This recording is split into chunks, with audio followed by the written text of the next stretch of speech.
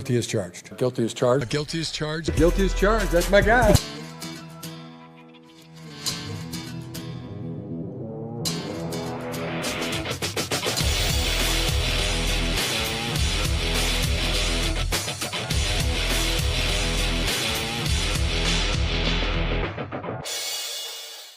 Hey, what is up, everybody? Welcome to the Guilty as Charged podcast, coming to you live on a Thursday evening. We're doing a Saturday show on a Thursday night because it is that kind of off-season moment in time, I guess. We're doing a Q&A show, so if you have anything that you guys live want us to touch on, feel free and message us away. We'll try to get to as much as we can in the next hour-ish. As always, Super Chat will make sure you get your question answered, but we'll have a fun conversation, I'm sure. And joining me, as always, to do that is my guy, Tyler. Tyler, what's up, and how are you doing tonight? Doing very, very well. 4th of July is tomorrow. I have my Prize Pick selection set up for Joey Chestnut. I believe now there's now a special where he's at 0.5 for the special. So yeah, select more on that one. Very excited for tomorrow. I leave for Hawaii this time next week. So nice. You know, life's not too bad, man. How about yourself? I'm doing great, definitely go check out Prize Picks. Make sure to download the app, use the code GUILTY at checkout for a deposit match up to $50. Again, Prize Picks app, code GUILTY. You guys know the rest. Doing good. I posted this on Twitter, but I have been really trying to get more back into reading. As you know, I used to, when I was a kid, I read probably like 20 books a year. I love movies and TV shows, and like there's nothing that hits like a binge watch or a binge read. It's just like I don't know what it is, but I love when a show or a book just gets you by the horns and you're just into it.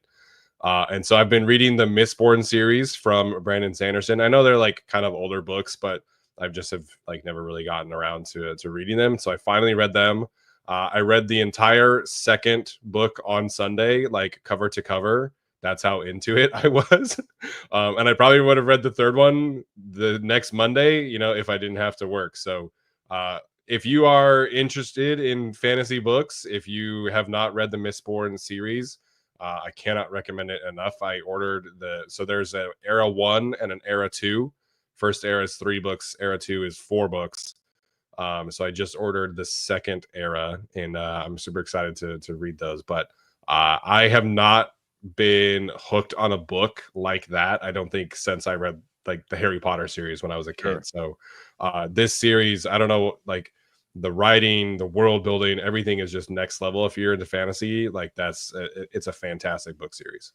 That's awesome to hear. I'm surprised I missed it when you recommended it on Twitter. I looked it up and it was like mid 2000s, and I was reading all the time, so I don't know how I missed that whole series. Because like you and I like probably read everything, Harry Potter, Alex Rider, you name it, like everything, we all read those kind of books. Yep. So I don't know how I missed it, but maybe I will go back and read it, or more likely I won't. But I'm happy for you, Stephen, that you are reading it now. You should. These books are, they're about 600 pages. It's a smaller paperback book, so it's like basically like a half page. So it's a quicker read. Brandon Sanderson is he actually lives in Utah. He teaches at BYU. So he's very, very popular in Utah. But like the series that I first heard about him, the books are like legit, like full-size books, and they're like 1,200 pages. And so I was just like, oh, like that's probably a little bit too much for me, getting back into reading. And then, I finally, put on my list to read the Mistborn series. And, the books are just awesome. It's like the vibe is like the Book of Eli meets like, I don't know. It's like post-apocalyptic meets magic and sorcerers, and there's like monsters and stuff like that. So yeah, there's a lot of great character building in there, and if you like fantasy books, I definitely recommend it. Nice. Look at us starting off with some like learning and things. Yeah, cool. Yeah.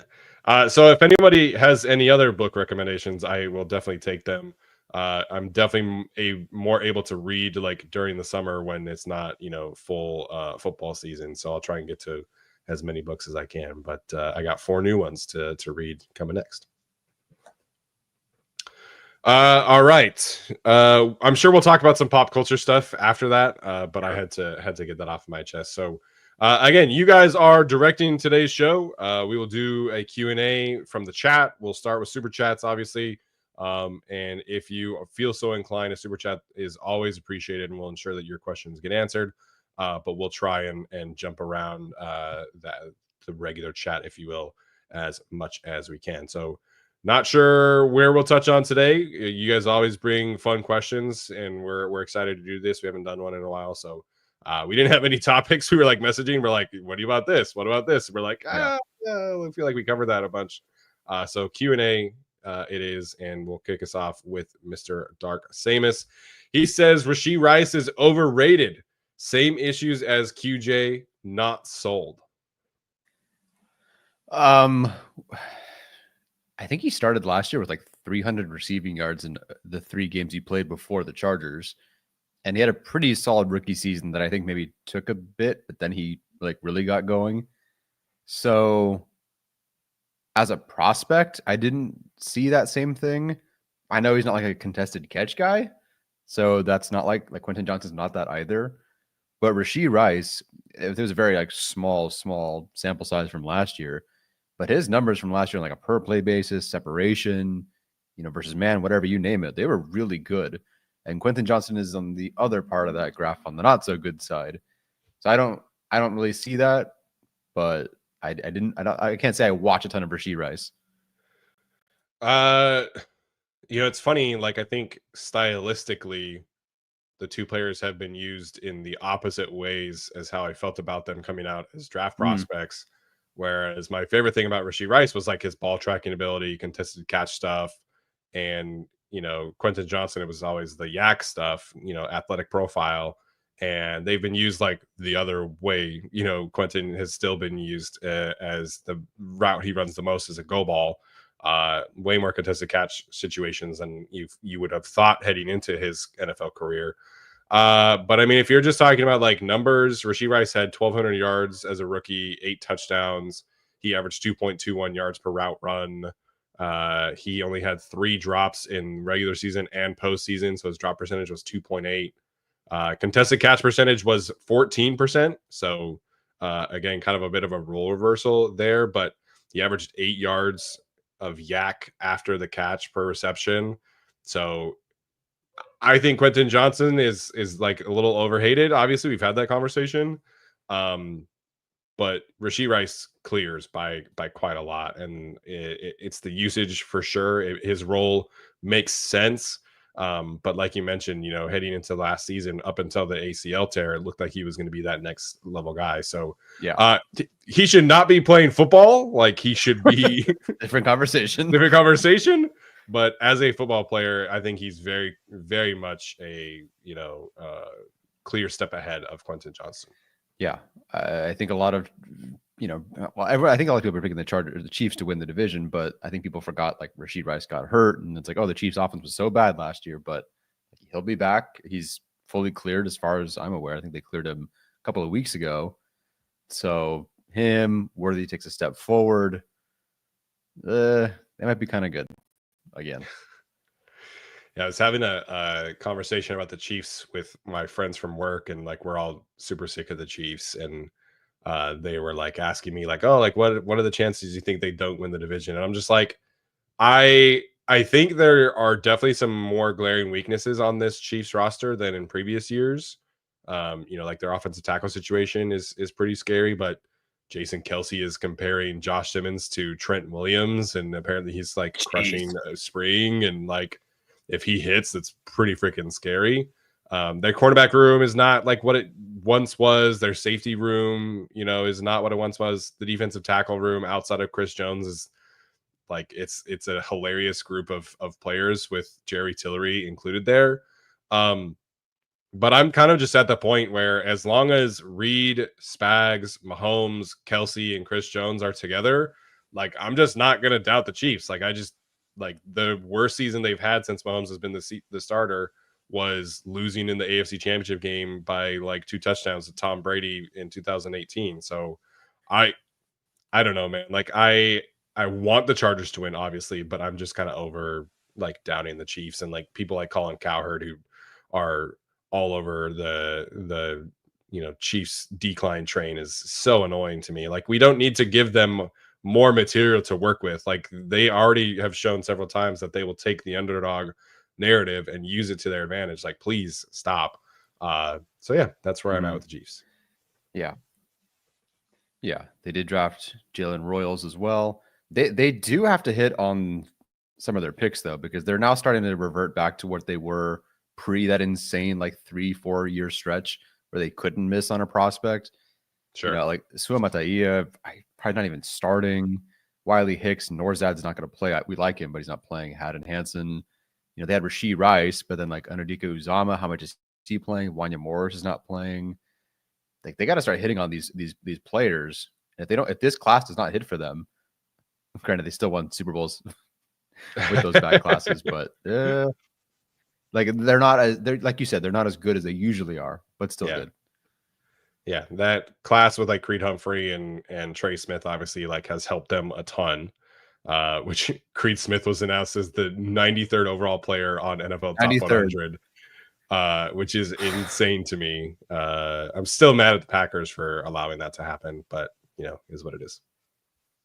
Yeah, 93rd for your all-pro first-team center. Okay. Yeah, makes sense. Daddy Don't Pull Out says, I don't know how I didn't catch y'all live driving to Sacramento from Fort Hood, Texas, and back till now. But hey, you're catching us live now, and we appreciate you jumping in here with a super chat. From Sacramento to Texas and back. What for? That sounds like family? A long-ass drive. That does sound like a long drive. It's a long drive for me from Orange County, let alone from Sacramento. So, are you looking up the Google Maps distance for this? That's the analytics they're here for, man. Ooh, that's a 25-hour drive. Oh. 23 if you're Asian. We just drive fast. Okay. I was like, what? Not a math joke, just a terrible driving joke. I was trying to figure out if you were being funny or not. I'm never funny. What are you talking about? Sure. Ryan Parsons. Well, Daddy Don't Pull Out. I hope the drive went safely and all that good stuff. Ryan Parsons says that we should do a Chargers Glory Days reminisce episode. I feel like we do this every so often at the end of the show. Yeah. But Tyler, who's like your favorite obscure blocking tight end from your childhood? Oh, I don't know. I mean, I don't really have a obscure favorite blocking tight end from my childhood. Do you have one? No, I just it was like it was the first thing that came to mind because we were talking about Tucker Fisk the other day, and people still don't think he should make the roster for whatever reason. Again, everyone wants we did 2 months ago. Branson Taylor was going to make it over, was going to start over Zion, and Andre James was going to start over Bradley Bozeman. And I'm looking, I mean, did Mana Luna, was he a blocking tight end? Oh, yeah, for sure. If he was a blocking tight end, then Gabriel got it. There you go. That would have been my guess. I just don't recall if he was a blocking one or not. Yeah. I got Sean McGrath had a sick beard, so that's cool. I was literally just about to say him. Yep. He was at one of the first players I talked to at just like a hello at StubHub. He like came up and like was able to shake all of our hands because the stadium was so small. Yeah. He'd just like walk up and like, hey. Yeah. John Phillips. When Brooke and I went to the Ravens game in 2018, the one at the like end of the season that they flexed to Saturday Night Football, and that was Brooke's first NFL game, and Mike Pouncey came up and like shook our hands, so that was really cool. Melvin Gordon said hello, but yeah, our seats were like literally right in the corner of where the Chargers entered, and then they're like that side of their bench, and so we got a few high fives and such like that. No autographs, but is what it is. Yeah, all good. No one's next one here from John. He says, "Happy 4th, guys. Do you think we address interior offensive line via cuts prior to the season? Thanks, John." Nope. Would Steven and I prefer that to happen? 100%. Is it going to? No. Yeah, I could see them like signing, like this year's version of Sam Mustafa kind of guy, like a veteran to the practice squad who potentially could be Yeah, elevated. sure. I could see that I could see that happening. And we'll have to go look at some options there, but I think the Chargers feel very comfortable with their main 8 offensive linemen. If you're counting obviously Trey Pipkins as a swing, and then Jamari, and then Andre James. And that trio it's a solid backup option, Yeah. from that standpoint, much better than what we've had in the past. But if you're asking about a starter, then the answer is definitely no. Like Yeah. they're not even giving Trey Pipkins an opportunity to start. Jamari Sawyer, Andre James, these guys are like firmly backups. Mhm. The only question is who plays center and who plays left guard, but the 2 players are already decided. Yeah. So if somebody gets hurt, I think that, like you've mentioned on the last show, they'll bring in someone to start over Branson Taylor or Jamari or whatever, how that works. Yeah. But I think that's it. But maybe someone over Carson Barnhart on the practice squad, but that's it. Yeah, I agree there. Dark Samus says that Jake Slaughter 2026 is Creed Humphrey 2.0. I don't know who that is. Don't know who it is. Won't even know who he is through the college season unless they're, a great player. And you just I know Smith from Ohio State. That's about it. Oh, he's the center from Florida, apparently. Oh, cool. I mean, it's a pretty good name. Yeah. Offensive lineman named Slaughter. That's sick. I hope it's not like Slafter. That would be really bad. Have you seen the Naked Gun trailer? Where he's like, yes, with Lee Neeson. Laughter. Yeah. You serve time for man's laughter. Yep. Slaughter was the first team All-American center this year, and he was PFF's top returning interior offensive lineman of the offseason. Cool. Thomas Martinez says, no, Slaughter is not. I think to the 2.0 for Creed Humphrey. Yeah, Creed Humphrey was a special center prospect. He absolutely should have been a first-round pick, but, the NFL doesn't like centers for whatever reason. Yeah. Although Brendan Thornton said he did, the center position is very deep this year, and I think he only had one center over 30 in his top 15. So there's a good turnover happening. A great turnover happening for everyone in the NFL, except the team that I root for. Unless he counts Zion in there, which I don't think he is. Yeah. Next year's center class, it sounds like there's a few options, which is good. This team definitely will. Not definitely. I shouldn't say definitely. I said probably should be looking at drafting a long-term center. Even if Zion is fine at center, I still think they would definitely need to address long-term center outside of him. So good year hopefully to need a center next year. Matt Waters says, am I full powder blue pill to think this coaching staff can fix our existing interior offensive linemen, or do we have to add more players? Love the show. BTFU, happy 4th. Thanks, Matt, for the super chat. Lots of interior offensive line questions already, but what are your I think we've kind of talked about Devlin, and we talked about Devlin on the Locked On Chargers podcast with Dan and David, but what are your thoughts about Matt's question here? They should be able to, but I mean, if any of the 3 guys last year worked out, or any of the backups who are no longer on the team worked out in spot duty, then I'd go, okay, there's some hope there, They went 0 for 3, and if you count the backups, 0 for 6 on the interior last year. So unfortunately, I just don't have any faith that they can, and I especially don't have any faith that it's going to work just by switching the players. Can it work? Sure. What Zion is still there. It just has not manifested in consistent play. That's all there. I still have hope. We know what Bozeman is. He's not going to change. But, could Zion get better? Sure. Does Becton help? Yeah. So, will it get better?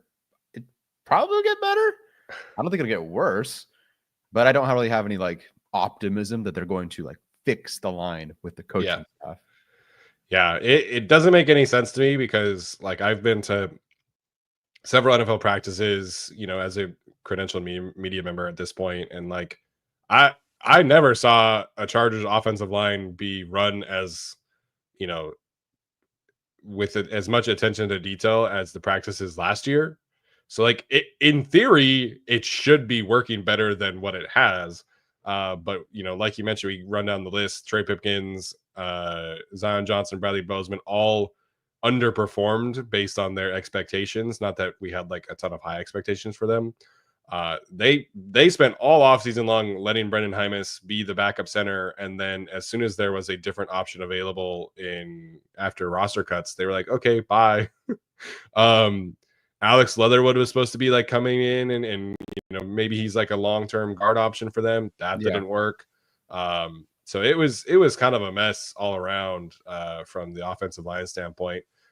They deserve some minor credit, I think, of getting Joe Alt to switch sides and play at a high level right away. But Joe Alt is obviously just like a freak of nature. Yeah. So it's an extremely important season for that particular coaching staff, because there are like other offensive coaches who maybe are not like doing an amazing job as the defensive coaching staff, but you can highlight examples of the running back coach Keel McDonald getting Hassan Haskins to play like really valuable snaps and play well in his role. Like I think that's a good thing for him to highlight.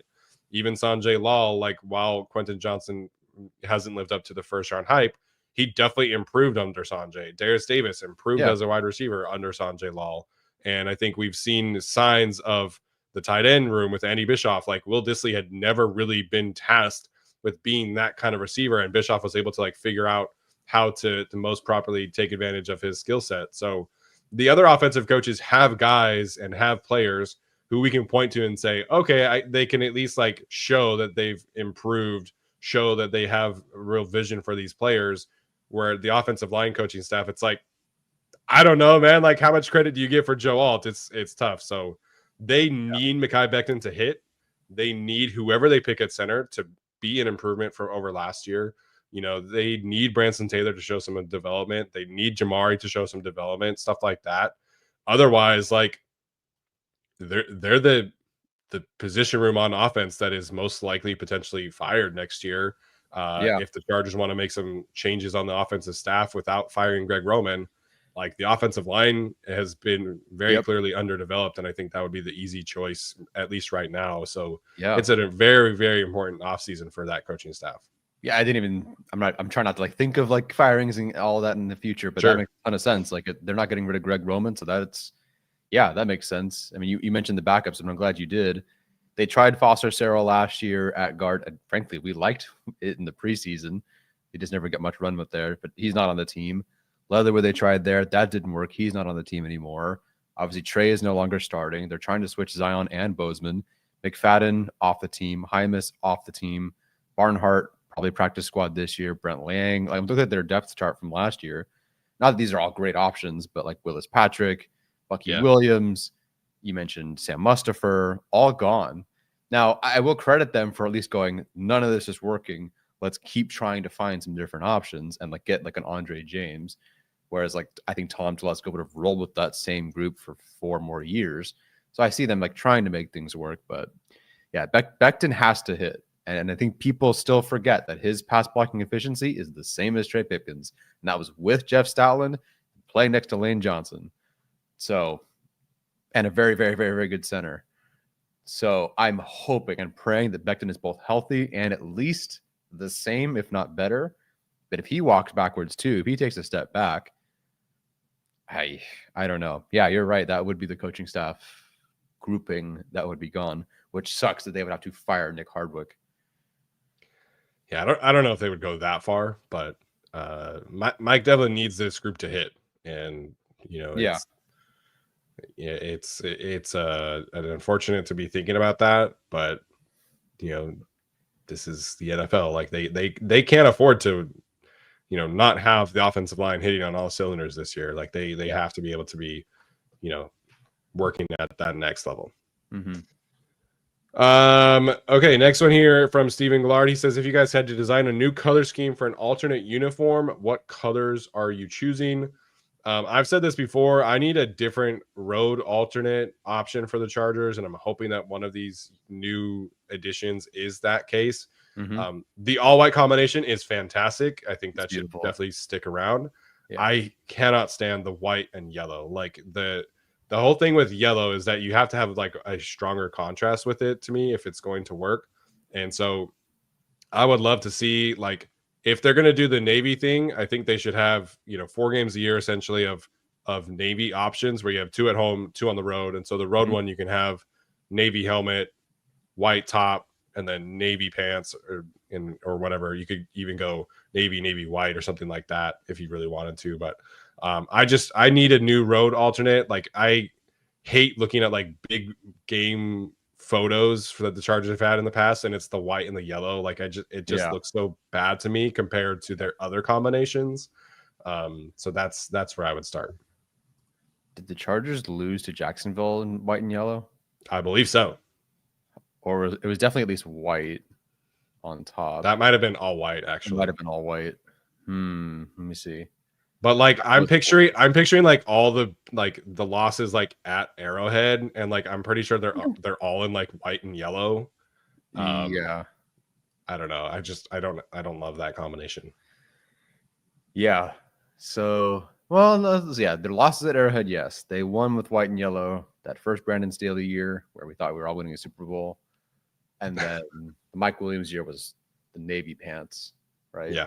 Yeah. So yeah, Houston was white top, yellow bottoms. Not great. Not great. There's so many swaps out there. Like, I've seen a chrome powder blue helmet at this point. I've seen like the all yellow, which is disgusting. They could pull off like a dark charcoal gray kind of combination. I wouldn't be like shocked if that were their choice. I know there's a lot of love out there for the Royals, but the Royals, I think, are dead, unfortunately. I loved their color rush, man. I loved those. The Royal color rush is awesome. I loved it. I wish I wouldn't mind that if that were just kind of shifted or something, because I had fond memories of that. I was there for like their first color rush game when they beat the Broncos. That was fun. Yeah, and their modern color rush is fantastic. That was the Justin Herbert launches game against the Giants. I want to say was the Royals. Yeah. Yeah, pretty sure. They definitely had more luck winning in that uniform than the Navies. I think they have like one loss in those uniforms. Yeah, unfortunate. Jason Greer wants to know, did RS sign? Oh, Slater. Oh, Rashawn Slater. No, he has not signed his contract yet. He says happy 4th. Appreciate the super chat, but I expect that contract to get done before July 17th when the Chargers start practice. Yeah, not concerned there. Dan and the guys at Locked On asked by week 1, will he have signed a contract? Yeah, he will. And will he even have to practice? No. So it maybe be nice if they're switching guard and center for him to get reps next to that guy. But he's already practicing anyway. So what am I saying? Yeah, well, he did the mini camp practices. Yeah, but I'm not super worried about him missing practice if Zion is the left guard, because they have years of experience next to each other at this point. But if they're intent on Bozeman starting left guard, I definitely would like to see that start happening sooner rather than later. Derwin's contract dragged into a few weeks of training camp, but other than that, almost all of the other contract extensions that the Chargers have done has been before training camp happens. So the Joey Bosa contract situation obviously was kind of a funny one where he like showed up to reporting, and then he was like in the parking lot waiting for the last little bit to get across the finish line. Yeah. There was like the Melvin Ingram thing where he was trying to push for like a fully guaranteed, final season of his contract. But again, for the most part, these extensions of the Chargers elite players get done before training camp starts, and I would expect that to happen with Rashawn Slater as well. Yeah, my pulse has not changed at all with this whole thing. I'm more curious what the heck's happening with the second round picks, because the Chargers are stuck. It's not even up to them really, unless they want to just fully guarantee it themselves. Which it might come down to teams just going, screw it, we gotta play, we gotta get a guy on the field. But that one has not been resolved, and that's not Trey Harris's fault or the Chargers' fault. Yeah, there are some teams who I'm sure will try and like push this to not be full and guaranteed. But like the Chargers, they don't have a choice with Trey Harris. Like they need him to practice, man. Like he's arguably their second most important pass catcher of 2025. So they need him to practice as soon as possible. Some of these other teams with their second round picks, like the Cleveland Browns, their 3 second round picks are all going to be starting for them. So they need them to be practicing. So yeah, it's going to be very interesting to see how that comes to fruition after the Texans fully guaranteed Jaden Higgins contract. So fun stuff. Yep. Okay, our audio audience is going to take a quick little break, and then we'll jump back in shortly after this.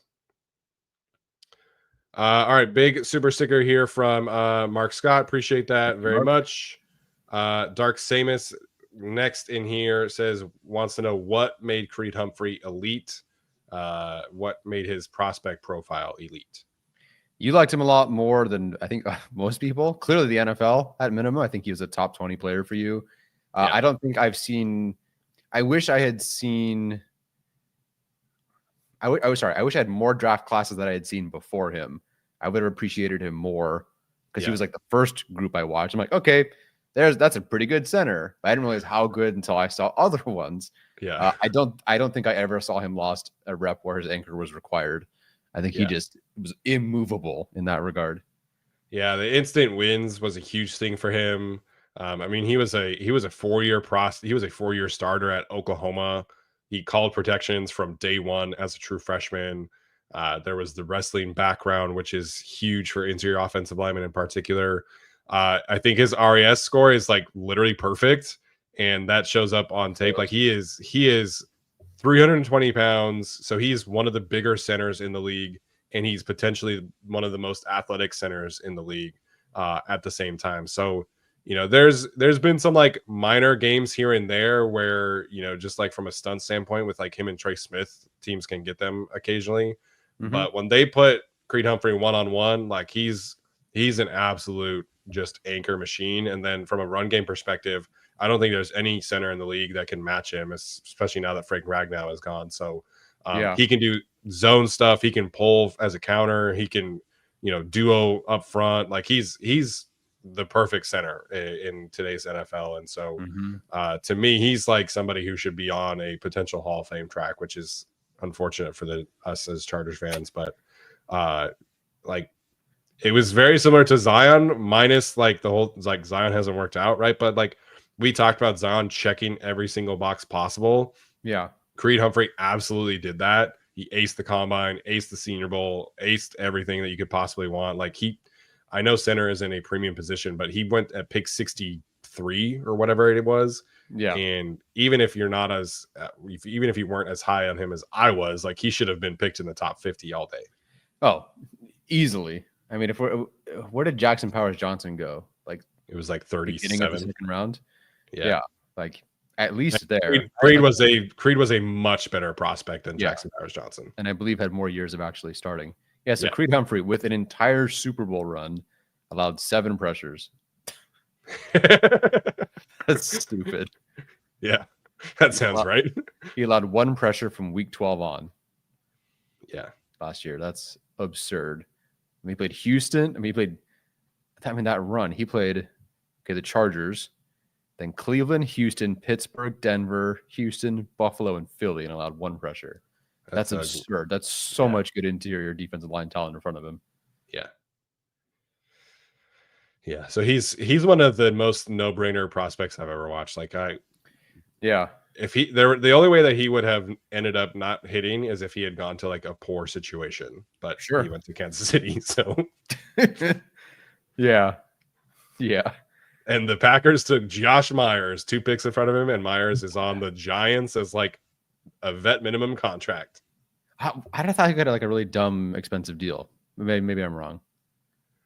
Well, I know he's not starting because they just drafted John Michael Schmitz. Oh, you're right. Yeah. Oh, yeah. $2 million fully guaranteed. Okay, so not vet minimum, but good job, Arjun. Yeah, that's the other New York team. Oh, Isn't Wait, it? it's Isn't he a Jets on- Giant? it's Jets on. It says the Jets on over the cap. Oh, okay. Yeah. I thought he was on the Giants. Okay. So he's backing up Joe Tippmann then. Tippmann, the other prospect from the same thing. Yeah. Mitch Tombasco, I hope I said that right. He says that I've heard the offseason from year 1 to year 2 results in the biggest leap in a team's performance. How do you think that will show up on the field?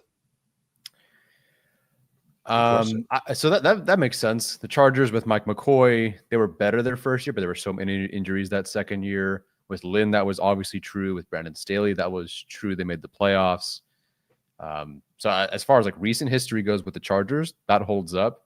I think actually having more of your guys in the building, you're done evaluating, like how is Zion going to play here, or how is Asante Samuel Jr. here? You're trying to evaluate the old guys while bringing in your new guys. Clearly, they've done some work in the analytics department. It's a lot of turnover there. How will it show up on the field? My guess is they just beat some better teams this year. I think there will be that's a good one. less. I think like Derwin James from the jump will have his role from last year, whereas there was he 25, 30 snaps a game as a deep safety. Let's see how Elijah Molden does. How's our corners? Is Jasir Taylor our slot corner? And now it's like, Derwin, just go kill people. I think I was talking about PFF earlier. I think he was their safety 7 or something ridiculous. Yeah. Whatever. So that, I think Quentin Johnston's role will be more realized in a better way for him early on, instead of let's force him to be the boundary guy because DJ Chark was hurt. That won't be the case this year with Mike Williams and Trey Harris. So I think it's just more defined rules for players maybe they weren't so sure about before. Yeah, year 1 of any new regime change is such a feeling out period for players, for coaches, and even with the training staff, right? Like training with Ben Herbert is completely different than training with other coaches previously. I'm sure the first time the Chargers players walked into practice at OTAs, and then Jim Harbaugh's flipping the whatever you call it, the sled around, doing a fourth quarter finisher drill. They've never done that before. So now they kind of know how it is. So it's like any profession, right? Yeah. Like in your second year, you just kind of are a little bit more comfortable. You know what to expect. Specifically on the field, I like that you chose the area of beating better teams. I think that's a very specific area of improvement for this team. Mm-hmm. I think third down and red zone situational offensive football is a big area where the Chargers need to improve there. But a lot of what Greg Roman has said is your first year, you're trying to figure out who are my red zone pieces. What is Justin like in the red zone? And then you're also dealing with a bunch of injuries and things like that. So I would expect that in the crucial areas of the sport, that this team can definitely take a leap forward, because the players, the coaches, they kind of know how to work around each other at a more effective level. Yeah. Yep.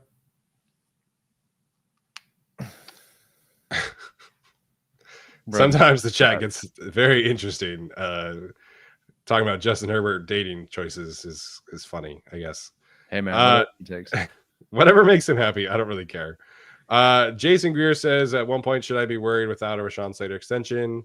And he says, again, happy 4th. I think you should not be worried at all. I don't think anybody should be worried about that contract getting done. Yeah, you can be worried week 1 of the season. And technically he is still on the team. Yeah. So I'm not worried really at all. It'll happen. Yeah, I'm not concerned at all.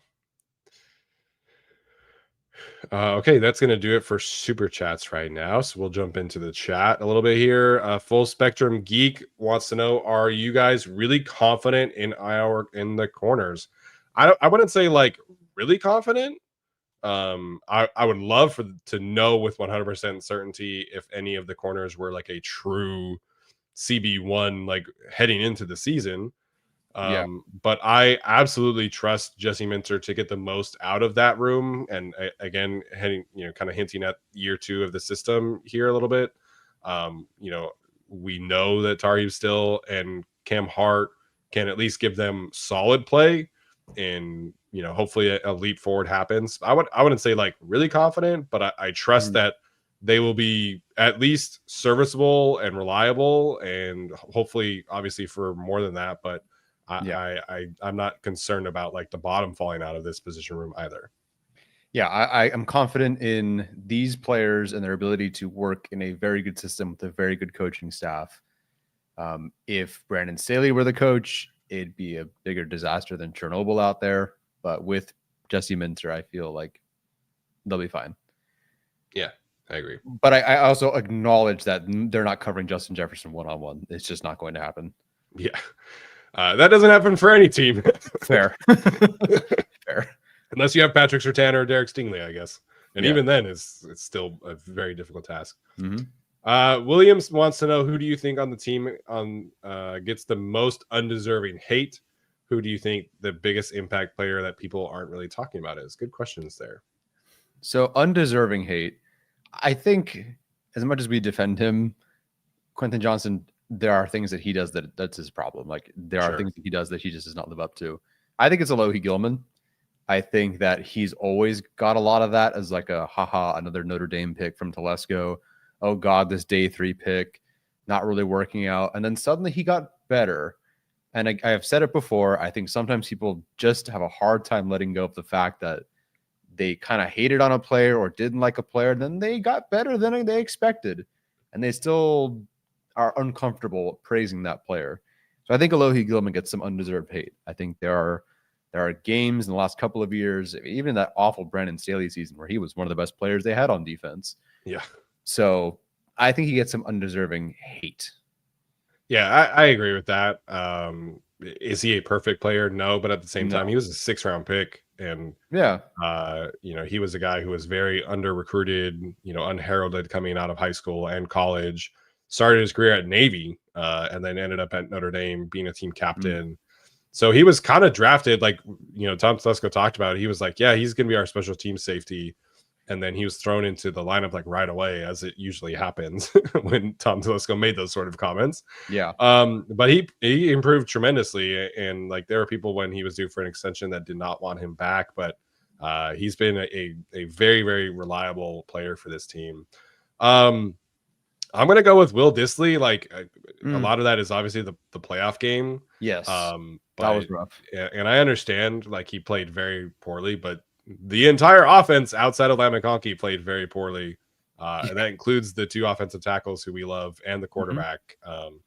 But Will Dissly, to me, like he's one of the best blocking tight ends in the league. And if his worst receiving season possible is 500 yards and a couple touchdowns and he has some drops, like I think that's fine. I still think that's a really good football player.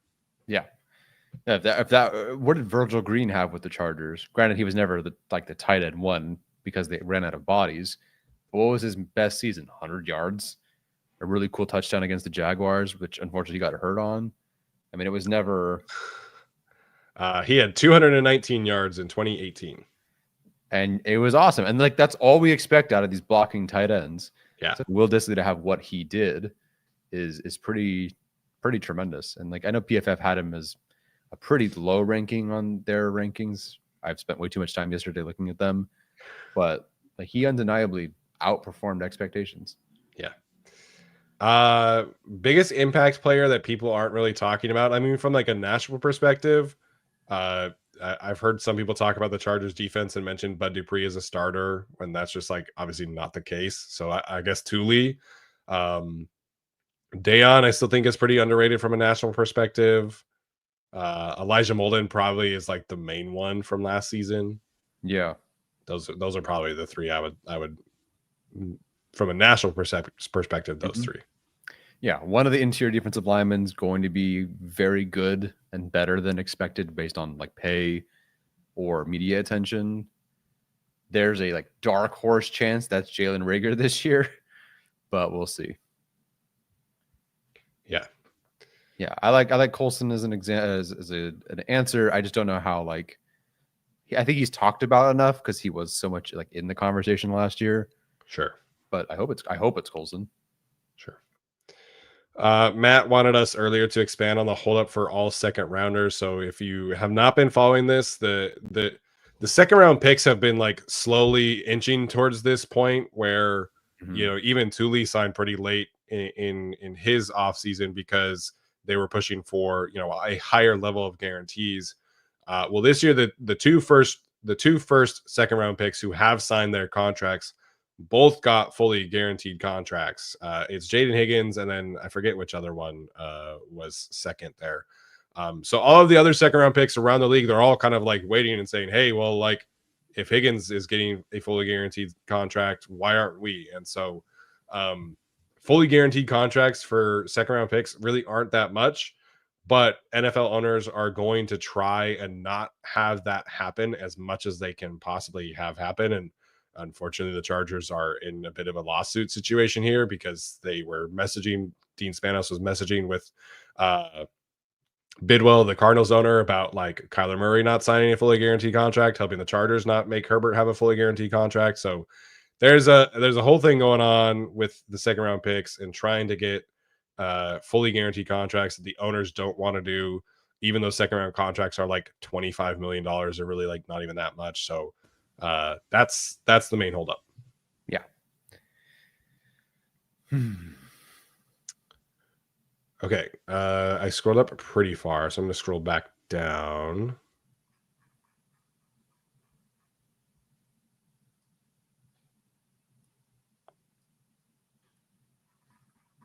Brendan wants to know if we think the Chargers will be as stout against the run as last season. Where did they end up at? Will they be a starter hits run as last season?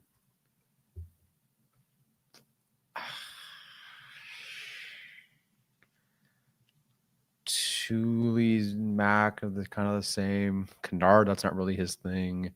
Hopefully Dupree and his role's a bit better. Is Caldwell going to help there? I hope so. Tart, good, not sure. Hand, Jones, I don't know.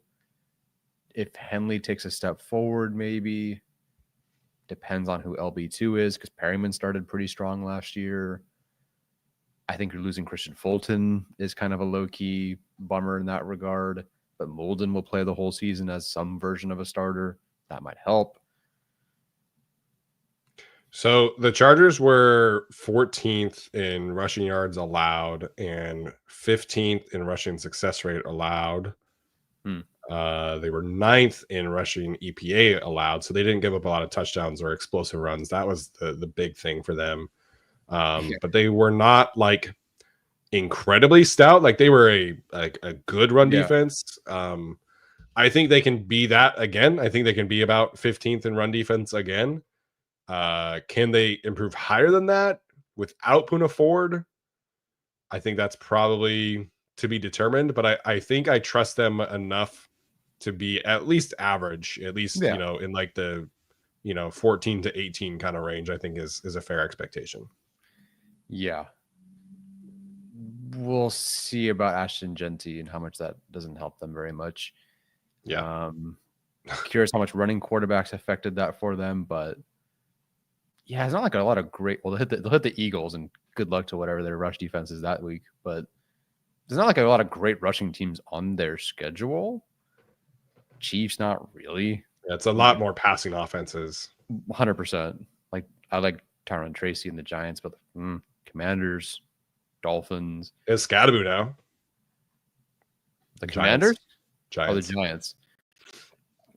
I guess, but the Commanders are a concern because of Daniel's ability to run, not because of their, like, all due respect to Austin Eckler at this point of his career. And what's the former Alabama guy? Johnson? Yeah, but that's not a running back room that like makes me nervous. No, like Aaron Jones is fine with the Vikings, but that's not their thing. The Titans, the Steelers, we'll see. Jaguars, Raiders again, Eagles, that'll suck. Cowboys, Texans, Broncos. So the Eagles and the Raiders definitely concern me. Oh yeah, but I'm fully. If they're even competitive in that Eagles game, I call it a win. Yeah, I will be there for that game, so hopefully A lot of you guys are. Same, I guess. Yeah. Thomas Martinez, if you had to put your money on it right now, what position will be the position we are all clamoring for in the first round of next draft?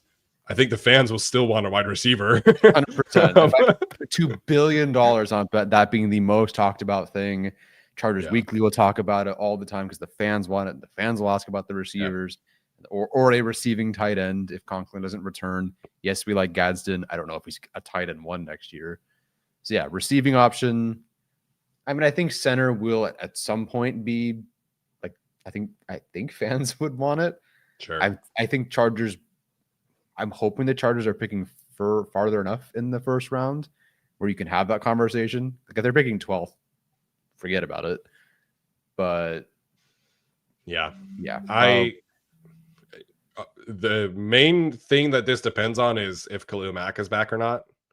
If he's not back, then it absolutely has to be an edge rusher. If he is back, I still think it might be edge rusher, just given like the uncertainty there. But projecting ahead, like I need to see what Jesse Minter and Mike Elston can do with a blue chip defensive tackle prospect. So for me personally, that answer is defensive tackle.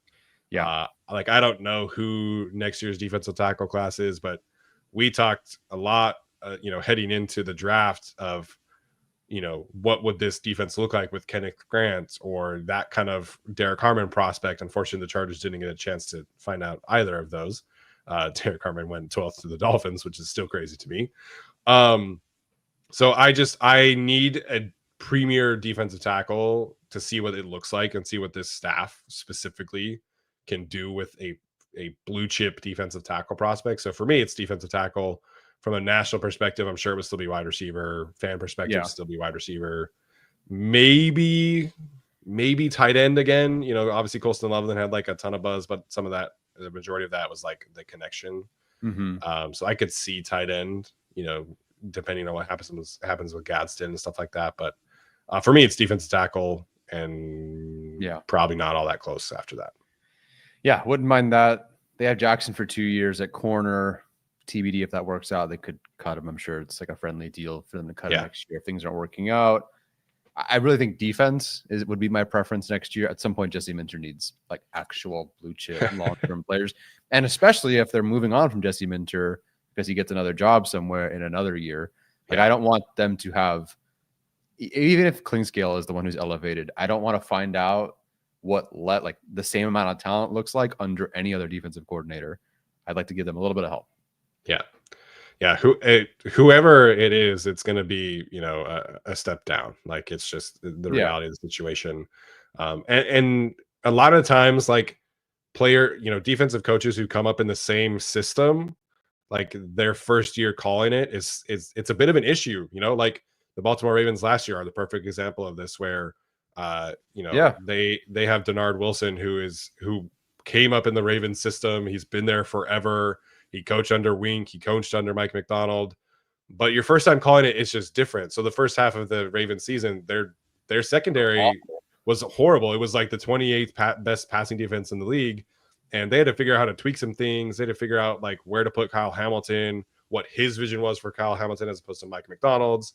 And then second half of the season, they were like a top 5 passing defense because they figured some things out. So it helps obviously to have those elite players, and I would like to see them just get some more blue chip pieces on defense because like projecting past 5 years, obviously that's a very tricky thing. And let's say 3 years. 3 years from now, we trust that Derwin can still be playing at a high level. We trust that Deion can be playing at his blue chip level. Outside of that, there's not a lot of like, I believe that this guy is going to be a blue chip player. I think Thule can be really solid. I think Tarheeb still can be really solid. But at some point, the defense needs some blue chip players, like as much as the offense does. So, I think defense for me is where I would go. Yeah, they can't keep having every season pass them by without a pass rushing defensive tackle. Everybody has one. It's almost astounding that they haven't found one yet. Yeah, I agree there. Atticus wants to know, what would a successful season for Thule look like in year 2 of the new system?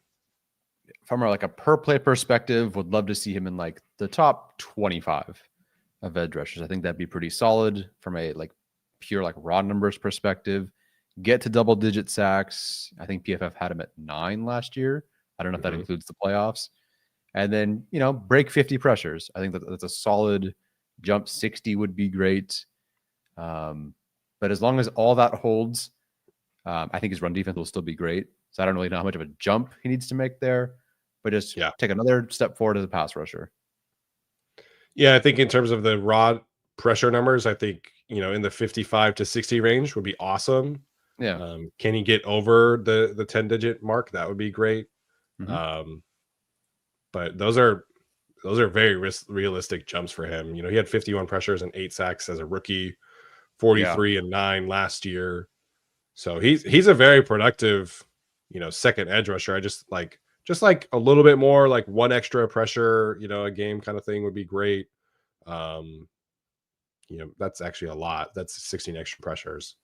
I guess half an extra pressure, half an extra pressure each week, I think would be great.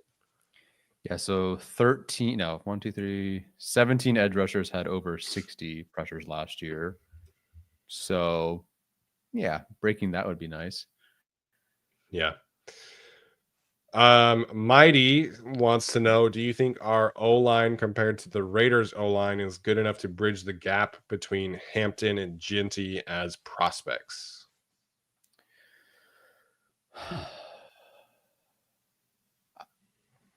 I think the Chargers situation is better overall. They have some good, like they have their center, or at least Jackson Powers-Johnson will play like well, I think. He's a good foundational piece for them, of course. The Tom Telesco finally find somebody. The thing with the Ginty versus Hampton debate is like, who else is touching the football for the Raiders, man? Like, who else is rushing that football? Everyone's like, oh, Hampton's gonna have better stats. That'd be awesome. But Raheem Mostert not doing it for you at age 35 or whatever?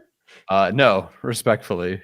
I think Genty's going to get a ton of volume. Yeah. So Hampton might have a better per play season, but he's got to split with, Najee. And I don't know how much the Raiders are throwing it this year, but I'm sure they're going to run it quite a bit with Pete Carroll. Whereas the Chargers, I think, will be throwing it a fair amount this year, and their quarterback's certainly better. So, like, it's kind of a wash for me. I think Ginty will have the better overall season. I do. And whatever, as soon as they drafted Hampton and the Raiders drafted Ginty, obviously, I get the hype for Hampton. I'm sorry, Ginty was a better prospect. He was a better prospect. Whether that translates to NFL, we'll see. But a lot of revisionist history on that one, like, oh, Hampton was a better prospect. Blah blah blah blah. No, he was not before the Chargers drafted him. But he can have a better career. Yeah, even if he doesn't have a better career than Ginty, I still think he can have a really, really good career. Yeah. Ginty is one of the 2 or 3 best running back prospects of the last decade, while Hampton is like very, very good. He was not at that kind of level. Is the Chargers offensive line good enough to bridge the gap? I think eventually, like especially next year, after they can, figure out like the left guard center situation. The Chargers offensive line is definitely better than the Raiders offensive line. Like the Raiders have the better center at Jackson Powers-Johnson, but that's probably it, like for sure, depending on, I guess, how you feel about like Dylan Parham and whoever is playing left guard, but the tackles are definitely better in LA. Totally. And like significantly so. The other aspect of this is Chip Kelly. Like Chip Kelly is going to force feed Ashton Ginty because he knows that's the way that they're going to move the football. Honestly, knowing Chip Kelly and knowing that they don't really have a second running back that they're going to trust, it wouldn't surprise me if Brock Bowers were their second leading rusher. Like it really wouldn't. I mean, I don't know about that. God, that would be insane. I wouldn't put it past him, I guess. I'm not expecting like a 500-yard rushing season from Brock Bowers, but I just don't think they really have a second guy. And so like 25 carries from Brock Bowers honestly might do it for them. How much does Geno run? Not a ton. Okay, so it's Genty, Mostert. I mean, Genty, Raheem Mostert, Sincere McCormick, Zamir White. Yeah, I think Genty's gonna touch the ball. He's gonna get like 500 touches this year. Holy cow! If you're picking first in a dynasty draft, like congrats, Heshin Genty is gonna be awesome for you. Yeah, holy cow! Yeah, so their line: Miller, Dylan Parham, Jackson Bowers Johnson, Alex Kappa, DJ Glaze. Not as good as the Chargers. No, not close. They have the better center though. That's cool for them. Yeah. Okay, so we have a couple questions here about like Jesse Minter succession plan and things like that. So we'll take like one or two more questions. So feel free and jump in if you've been dying to answer a question, or if we missed your question earlier, come jump in there. But there's been a lot of discussion about who will be the replacement for Jesse Minter if and when that head coaching position does eventually happen. And I understand Mike Calvin and others would suggest that NaVorro Bowman would be that guy. He's only been coaching for a few years, and not that like experience is the end all be all here. But I think if you're moving on from Jesse Minter, you want a guy who's had a little bit more experience, who kind of knows what Jim Harbaugh wants on defense, knows the roster a little bit more, more effectively. To me, it's Steve Clinkscale is the next guy up. And obviously there's a chance that he could go be DC for Jesse Minter or whatever.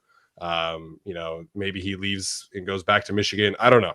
But to me, the most likely internal candidate is Steve Clinkscale, who has been a defensive coordinator previously in college.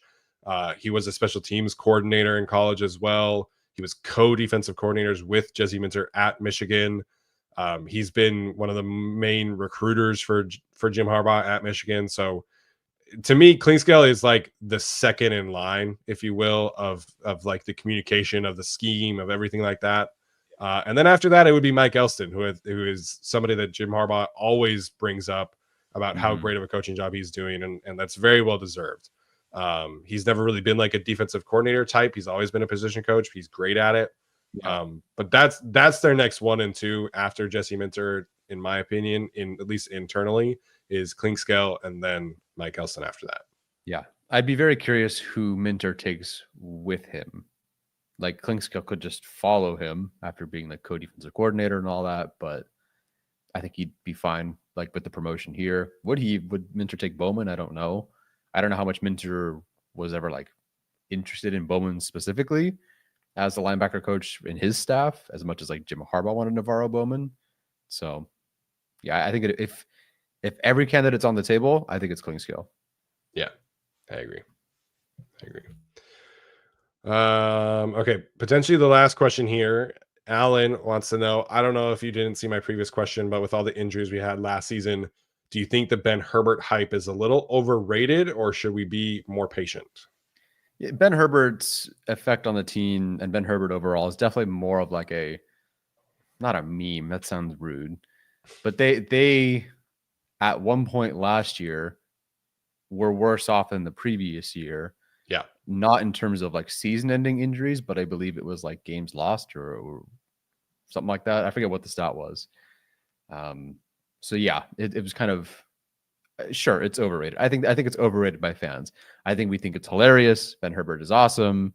I think the plan will take longer, than one off season to really take hold. But yeah, I think it's a little overrated. Yeah, I think honestly, like his main contributing factor, it might be as like a recruiter and getting guys to buy into the Harbaugh program, and like his personality might be more of an advantage than his actual like job description.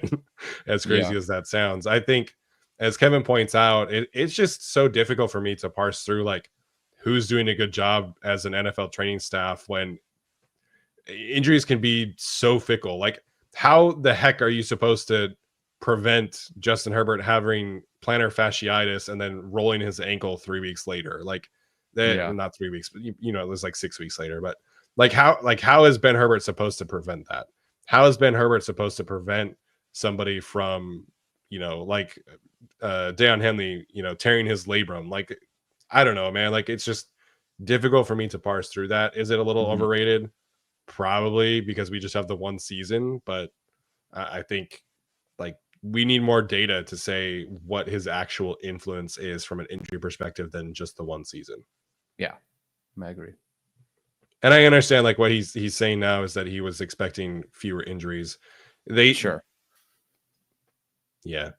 They also play like a more physical brand of football. They travel more than any NFL team usually does in each season. This year, that's going to be even more so because of the Brazil game. And they also have the Hall of Fame game. So I don't know. I think it's to be determined exactly how much impact he's having. But we at least know from like a culture standpoint and a recruiting standpoint, like the players love working with him. So I think that's right now definitely worth the value that he's bringing. Yeah. And I think two of the bigger culprits were like DJ Chark, Josh Palmer last year. Those are players that had injuries well before and several times before Herbert got there. So yeah, it's not like I don't fault him for anything. I don't look at last year and go, wow, Ben Herbert's program stinks. But yeah, just a little overrated by fans because it was a lot of that's a good point that a lot of their players who got injured have also been injured a lot previously. J.K. Dobbins, Cam Hart, Hayden Hurst. I'm trying to think of like who else, but Joey Bosa got injured again. Like, yeah. Right. So I think maybe we're hoping, I think Joey is probably the best example of what we were hoping.